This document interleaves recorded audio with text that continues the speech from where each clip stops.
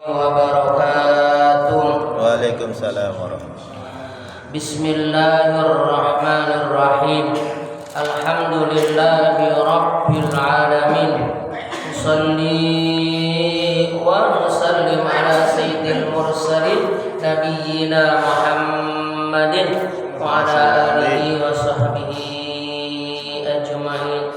Qala al-muallif rahimahullah wa adama naf'a bihi wa bi barakati ulumihi wa bikum fid daraini amin. Amma ba'du.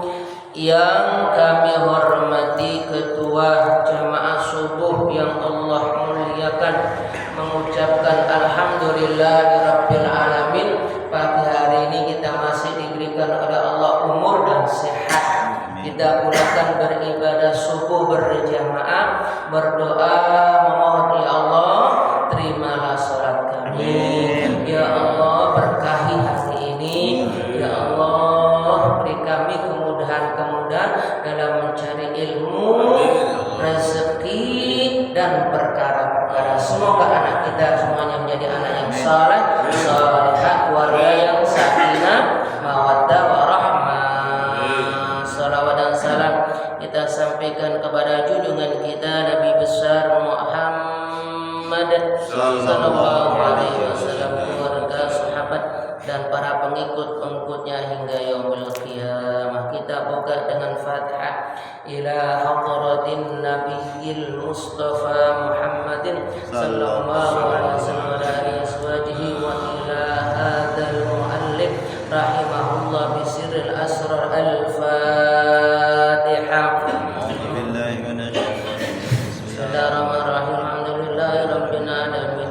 Arrahmanir rahim. Maliki yaumiddin. Iyyaka na'budu wa iyyaka nasta'in. Ihdinas siratal mustaqim. Siratal ladzina an'amta 'alaihim ghairil maghdubi 'alaihim waladdallin. Hadirin, kita masih melanjutkan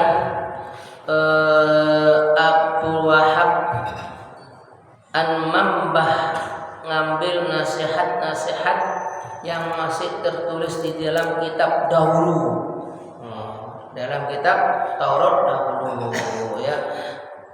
Kemarin saya sudah menyampaikan pertama, siapa yang bisa ninggalkan ialah apa, terlalu kesenangan dunia ataupun nambah-nambah dunia ya, tetapi untuk akhirat. Ya, saya tambahkan contoh kerja apa yang untuk keluarga bisa haji dan umroh. Nah, itu berarti ya dunia dapat juga umroh, walaupun bolak-balik. Mudah-mudahan, katanya haji sekarang sedikit ada perubahan. Katanya nggak nunggu sampai 40 tahun, maksimal katanya 26. Mudah-mudahan ya, 3 tahun lagi menterinya beda lagi ya. Seperti itulah dunia, dikatakan apa ya, bolak-balik manusia ya. Maka orang tersebut nanti di akhirat menjadi kekasihnya Allah. Itu pertama. Kedua, siapa yang bisa ninggalin marah-marah, ini yang sulit Pak ya, marah-marah jadi orang yang sabar. Katanya begini, orang marah-marah itu gak punya ilmu. Gak punya ilmu. Kalau dia punya ilmu gak marah kan. Nah, orang yang gak marah itulah orang yang punya ilmu. Dicontohkan begini, di surat Al-Kahfi ada 2 nabi. Ya Pak ya, nabi siapa di Kahfi itu Pak? Nabi Musa dan Nabi Khidir. Ya Pak ya, belum tahu ceritanya. Nabi Musa itu terkenal apa Pak? Kalau marah katanya bagaikan sakluhu kasaril, rambutnya seperti orang lambat. Memang sengaja gitu Pak ya Allah tugas, karena dia menghadapi apa dalam Quran, Fir'aun adalah saya Tuhan yang nomor satu. Ya pantas Pak ya dilawan Pak ya. Kalau lembek seperti Harun. Jadi Musa dan Nabi Harun itu saudara itu. Kalau Nabi Harun itu, masya Allah, iya itu maaf dibilang ya kayaknya ya gitu. Tapi kalau ngomong fasih, tapi dengar. Tapi Fir'aun itu, ya aku yang bengis gitu, lebih gitu, gitu. Nah setelah itu terkenal dengan Nabi Khidir. Nah satu kejadian yang masya Allah luar biasa, membuat Nabi Musa marah. Marah. Udah kalau kamu mah jangan ikut gitu. Nabi Khidir biasa saja itu. Nah dikatakan Nabi Musa la ilma. Nabi Musa nggak punya ilmu. Nabi Khidir punya ilmu. Maksudnya nggak punya ilmu apa? Ilmu yang bisa menekan, menahan emosinya itu. Jadi apa? Ilmu kesabaran. Nabi Khidir, lembut tapi tegas. Nabi Musa kan diceritakan lagi itu ya, nggak apa-apa ya cerita, nggak apa-apa Pak ya. Ini buat kehidupan. Kan pernah kejadian itu, ya bawa bekal ikan. Ikan sudah digoreng, matang itu. Nabi Musa, ini cerita olahan ini. Mau ngambil bentar. Mau diambil, ikannya malah lompat, terbang, berenang lagi coba Pak. Ya Pak ya, coba Pak. Itu berarti kan nggak punya ilmu Musa. Dalam arti yang anu Pak ya, bukan berarti Nabi Musa nggak punya ilmu ya. Dalam arti yang luas. Tadi itu di antara dimanakah ilmu kesabaran.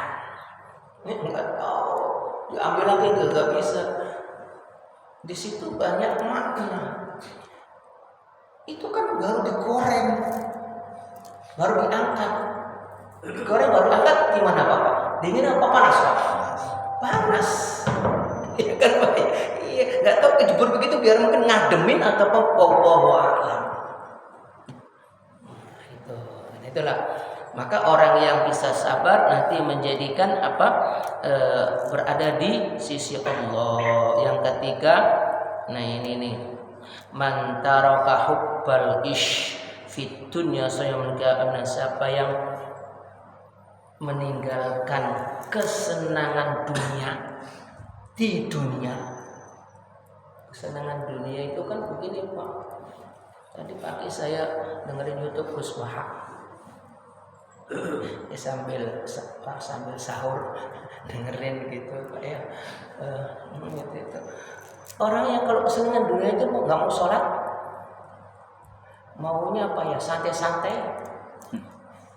Maunya kesenangan dunia, maunya duduk digoyang. Banyak harimnya, tinggal nunjuk. Ya, Nah kalau orang sudah senang dunia, puncaknya akan jadi malas. Pak, kalau kita sudah banyak dunia, justru tambah malas. Ya ngapain duit banyak kerja? Ya kan Pak ya? Makanya kita ini kerja memang ya nggak punya duit. Akhirnya apa? Kita kerja. Ya kan Pak ya? Masuk juga logikanya kita Pak. Iya kan? Tuh. Bapak punya duit banyak Pak, nggak mau kesini level sholatnya Pak. Ya Pak ya, levelnya di sana gitu Pak, istiqlal tuh. Tapi nggak ada orang kaya sholatnya istiqlal gitu, mau level gitu. Ya Pak ya. Nah, jadi kalau siapa orang yang bisa meninggalin dunia dalam makna yang luas Pak ya, kalau sudah duit banyak pasti dia malas, hidupnya main tunjuk. Yuk. Orang kalau sudah banyak diperintah itu kesel. Maka nanti di akhirat katanya menjadi orang aman. Ya, menjadi orang yang aman. Saliman min adzabillah, selamat daripada azab Allah. Iya. Makanya Nabi kita Muhammad sallallahu alaihi wasallam, saya nggak tahu kenapa Beliau minta Allahumma ja'alna minal fuqara, jadikanlah saya bersama orang-orang yang fakir. Tapi Nabi Muhammad itu adalah sering-sering ngasih, dikit-dikit ngasih. Berarti kalau orang ngasih kan berada Pak ya. Kalau kita apa Pak? Sedikit ngasih, sedikit memberi. Loh, padahal kalau kita hidup dengan kehidupan Rasulullah, oh jauh. Ya, rumahnya Nabi kayak begitu. Tapi saya belum tahu rumahnya Nabi yang dulu itu gimana. Ketika kita umroh, ketika haji itu rumahnya beliau itu menjadi perpustakaan. Masuk situ susah. Kita ngomong bahasa Arab susah. Bahasa Arabnya bukan bahasa Arab pesantren, tapi bahasa Arab apa? Pasaran. Bahasa Arab pasaran itu susah. Ya, bahasa pasaran itu nggak ngikutin kaidah. Nah, jadi siapa yang bisa ninggalin nikmatnya dunia, bukan berarti kita ninggalin dunia sama sekali Pak ya, sekadarnya, terutama yang kalau sudah umur nanti di akhirat selamat. Kemudian berikutnya, waman tarokal hasadah. Ini siapa yang bisa ninggalin akhlak dengki. Akhlak juga Pak, akhlak buruk, dengki. Tahu kan dengki Pak ya, hasad. Ya. Jadi kalau ada orang sukses, ada orang punya sesuatu, senang. Atau orang apa itu, hatinya panas. Dia yang senang, kita yang panas. Akhirnya bikin fitnah. Nah, kalau ngadepin begitu itu makanya kita kadang sama Pak Ustaz juga begitu. Sama-sama golongan, sama-sama ngaca, kok bisa gede gajinya ya? Ataupun ya itulah Pak ya, sama-sama gocek. Ya, kok bisa gitu? Oh, dengar itu. Nah, kita tinggalin, kita lawan. Kita lawan, enggak. Ya. Sara yaumal qiyamati mahmudan, nanti di kiamat menjadi orang-orang yang terpuji. Ala ru'usul khalaik, di atas orang-orang. Kenapa ya ninggalin khasas kok menjadi orang yang terpuji? Ya terpuji, mau karena apa? Dia bisa ninggalin akhlak yang buruk itu. Seseorang yang bisa ninggalin buruk itu dia menjadi terpuji. Iya. Ya umpamanya ada dua saudara. Satu saudara sukses, satu saudara lagi yang agak sukses. Tapi saudara yang agak sukses itu ya Allah, nerima gini. Dilihat oleh orang, masya Allah. Biasanya kalau orang yang sudah sukses akan muncul sombong, betul Pak? Punya duit akan timbul sombong. Punya jabatan akan sombong, benar gak Pak ya? Tapi kalau orang biasa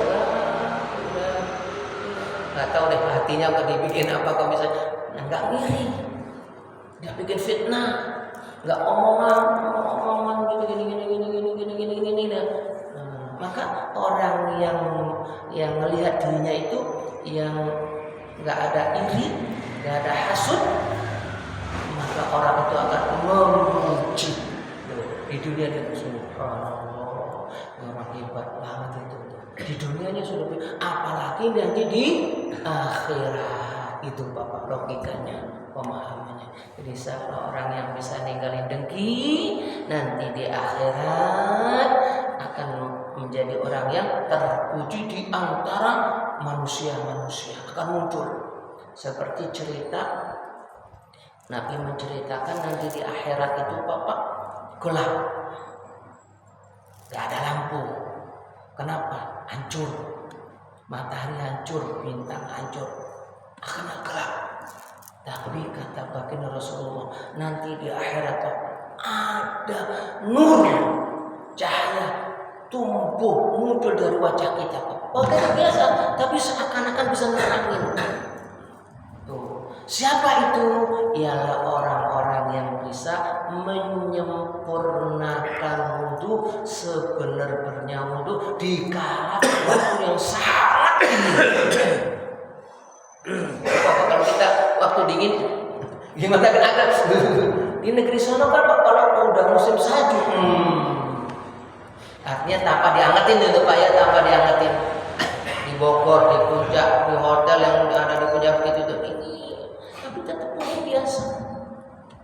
Nah itu udah nanti di akhirat tuh wajahnya bersinar, bisa saja menirani dirinya atau orang lain.